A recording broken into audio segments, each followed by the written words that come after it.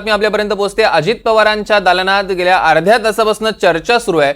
विधान परिषद निवडणुकीच्या पार्श्वभूमीवर ही बैठक आयोजित करण्यात आली आहे। अजित पवार गटाचे सगळे आमदार या बैठकीला हजर आहेत। पण बघतोय अजित पवारांचे 2 उमेदवार या परिषदेच्या शर्यतीत आहेत आणि आता अजित पवारांच्या दालनात त्याच संदर्भात गेल्या अर्ध्या तासापासून चर्चा सुरू आहे।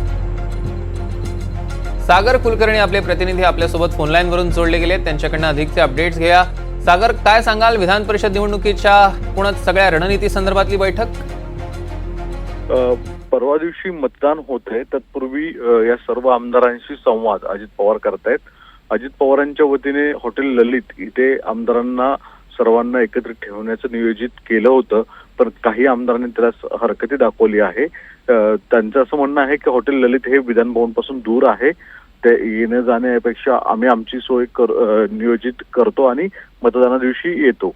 त्या दृष्टिकोनातनं अजित पवारांचं एक मत होतं की एकत्रित आपण सगळ्यांनी संवाद करावा, अशा दृष्टिकोनातनं आताही सर्वजण एकत्रित भेटलेले आहेत।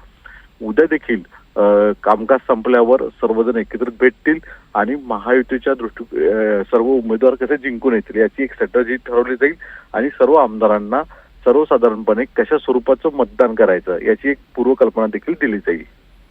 निश्चितच या संदर्भातले अधिकचे अपडेट्स आम्ही सागर घेऊ। तुर्तास धन्यवाद।